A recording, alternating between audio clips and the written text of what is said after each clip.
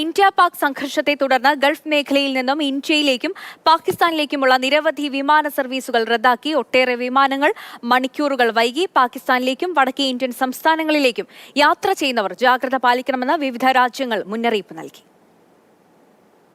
UAE, Qatar തുടങ്ങിയ വിവിധ Gulf രാജ്യങ്ങളിൽ നിന്നുമുള്ള വിമാന കമ്പനികളാണ് സർവീസുകൾ റദ്ദാക്കുകയോ സമയവും റൂട്ടും പുനഃക്രമീകരിക്കുകയോ ചെയ്തത്. Emirates airline, fly Dubai, Qatar Airways, Ittihad Airways എന്നിവയെല്ലാം പാകിസ്ഥാനിലേക്കുള്ള സർവീസുകൾ റദ്ദാക്കി.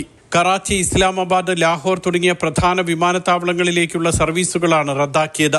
ഡൽഹി അടക്കം ചില ഉത്തരേന്ത്യൻ സംസ്ഥാനങ്ങളിലേക്കുള്ള സർവീസുകളും പുനഃക്രമീകരിച്ചിട്ടുണ്ട്. ദുബായിൽ നിന്നും പാകിസ്ഥാനിലേക്കുള്ള 13ഓളം സർവീസുകൾ വിവിധ വിമാന കമ്പനികൾ റദ്ദാക്കി.